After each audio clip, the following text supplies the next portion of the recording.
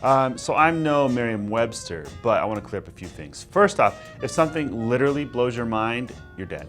There's no such thing as irregardless, regardless of what you think. The word on thaw, think about what that means. Finally, cost is what your business spends on something, and price is the amount that you charge to your customers. Glad I could clear that up.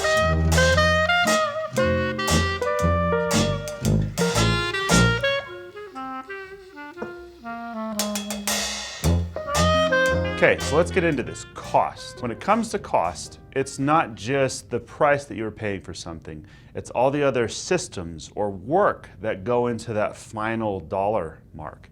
Whether that is labor, all the upkeep, maintenance, I mean, this can go on and on. The cost that is required to run your business, it plays a factor in how much something costs you as a company. So all this affects your price. Your price is what you are charging your customers, but it also is influenced by obviously supply and demand, markets, even the brand of whether it's your own or someone else's goods that you are selling or reselling.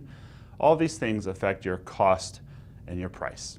So very simple, why does this matter to you? Well, if you don't understand what everything costs you and your company, then you're not fully appreciating and maximizing the prices that you are charging your customers. Bottom line, know the difference between your costs for your company and the prices that you are charging your customers. And if you don't know the difference between those two, go watch this again. I'm James, this is Whiteboard Wednesday.